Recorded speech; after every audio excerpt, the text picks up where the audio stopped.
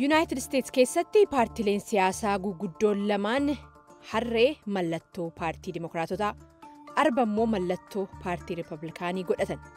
Mallattoon kun lamaan duula nu filadhaa wajjin wal qabatee faayidaarra oola. Bineensi fi beelladni lamaan kun garuu maaliif filataman? Mallattoowwan kun kanneen akka guushii yookaan immoo koffiyyaa, uffata tiishartiiwwan, quluu bunaan dhugan yookaan immoo siinii dabalatee wanna baay'ee irratti faayidaarra oolan. Mallattoon harree fayyadamuu oggaa Andrew Jackson bara 1828 duula na filadhaa geggeessuu qabetti hojiirra oole. Kunis warri faallasaa dhaabbatu jecha jaakaas jedhuun isa waamaa waan turanii fi jechi kun immoo maqaa harree anan biraati. Jackson garuu kolfeetuma itti dhiise. Sirumaa'uu maqichaa poosteroota duula na filadhaa irratti maxxanfaman irratti fayyadamee filannoos moo'e. Kaartuunistoonni siyaasaa walitti dhufeenya Dimookiraatotaatii fi harree hedduu jiru itti fufsiisan.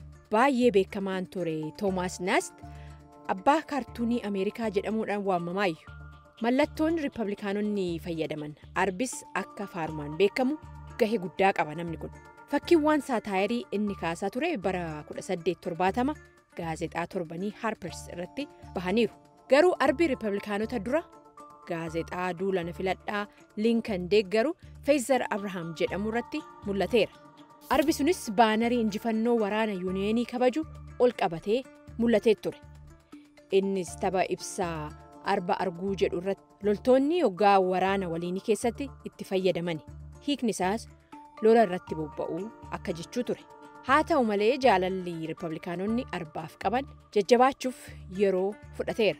Pireezidaanti Jeeraald Foord fi haati warraa isaanii Beetiin mana isaanii Kaalifoorniyaa keessatti kutaa arbaa qaban ture. Bara 1984 pireezidaantiin Sirilaankaa pireezidaanti Roonaald Reeganiif daa'ima arbaa kennan. Har'aan tanaa Riippablikaanonni arba mallattoo seera qabeessa dhaabbatichaa godhanii fayyadamaati jiran.